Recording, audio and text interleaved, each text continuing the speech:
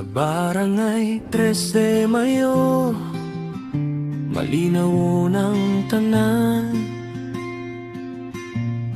Apan kalit lang nausap, kami ngawang nabilin sa dalan. Si Dodong Oscar Bocol, kaila sa kadaghanan.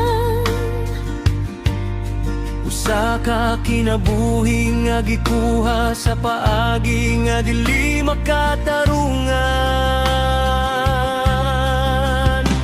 Hostisya, mao kini ang among singgit. Alang kang Oscar, kasing-kasing na mo ang nagsakit. Dili mahanaw ang kadasig.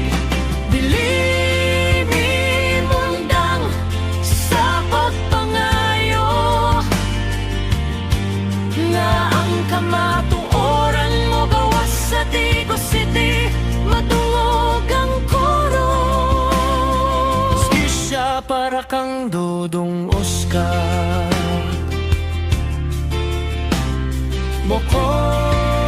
Bocol.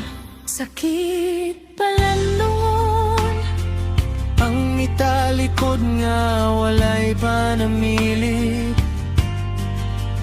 ang pamilya nagbakho sa kamingaw, sila nagantos sa pain. Nganong kinahanglan man kining mahitabo. Usa ka makiya ngayon nga kinabuhi, nganong gihunong man ninyo. Bisan pa man og ngit-ngit ang dalan karon, ang kahayag sa kamatuoran. Sa dili madugay mo pakita ra gihapon ang dugo nga miagas sa yuta sa Digos. Maningil kini hangtod ang hustisya, hingpit nga matapos. Hustisya, mao kini ang among singgit.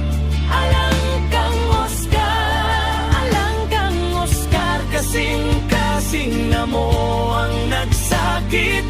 Dili